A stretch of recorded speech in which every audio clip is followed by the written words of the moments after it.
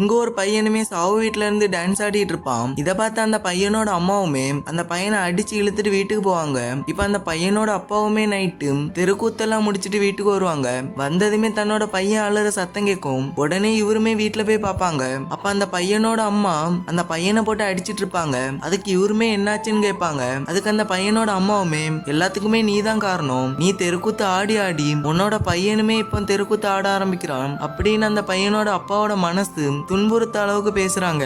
இதெல்லாம் கேட்ட இவருமே நைட் எல்லாருமே தூங்கிட்டாங்கன்னு நினைச்சு அவரோட தெருக்கூத்து சாதனத்தையுமே போட்டு எரிப்பாரு. இதெல்லாம் அந்த பையனும் அந்த பையனோட அம்மாவுமே பார்ப்பாங்க. இதை பார்த்ததுமே இவங்களுக்கு மனசு ரொம்பவே கஷ்டமா இருக்குது. இப்ப அடுத்த நாள்ல இருந்து அந்த பையனோட அப்பாவுமே அந்த பையனுக்காக கடுமையா உழைக்கவும் ஆரம்பிக்கிறாங்க.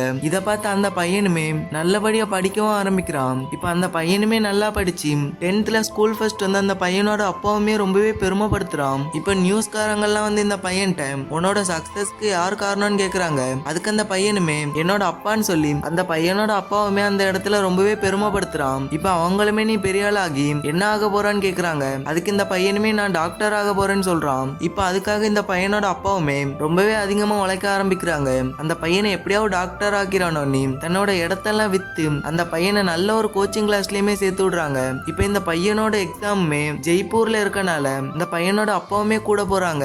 இப்ப அவங்களுமே அங்க போய் ரீச் ஆனதுமே ஒரு ஆட்டோ பிடிச்சு அங்க போகும்போது அந்த ஆட்டோக்காரருமே வேற ஒரு இடத்துக்குமே கூட்டிட்டு போயிடுறாங்க.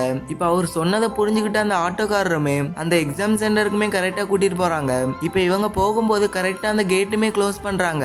இதை பார்த்து இந்த பையனோட அப்பாவுமே வேகமா ஓடி போய் அங்க இருக்கவங்க காலில் விழுறாங்க.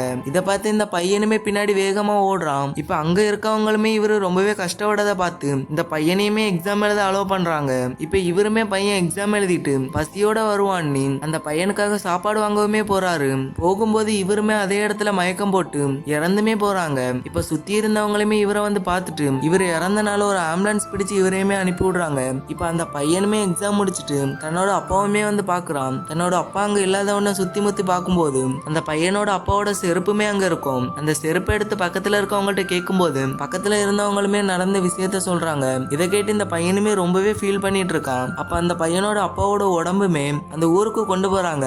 இதை பார்த்து அந்த பையனோட அம்மாவுமே ரொம்பவே அழ ஆரம்பிக்கிறாங்க. இந்த பையனாலையுமே இதை தாங்க முடியாம ரொம்பவே அழுதுட்டு இருக்கான். கடைசியா இந்த பையனோட அப்பாவுமே இந்த பையனோட படிப்புக்காக ஓடி ஓடி கடைசி இறந்தே போறாங்க. யாருக்கெல்லாம் அப்பாவை பிடிக்குமோ அவங்கெல்லாம் மறக்காம நம்ம சேனலை லைக் பண்ணி சப்ஸ்கிரைப் பண்ணி ரெட் கலர் ஹார்ட்டை கமெண்ட்டுமே பண்ணுங்க.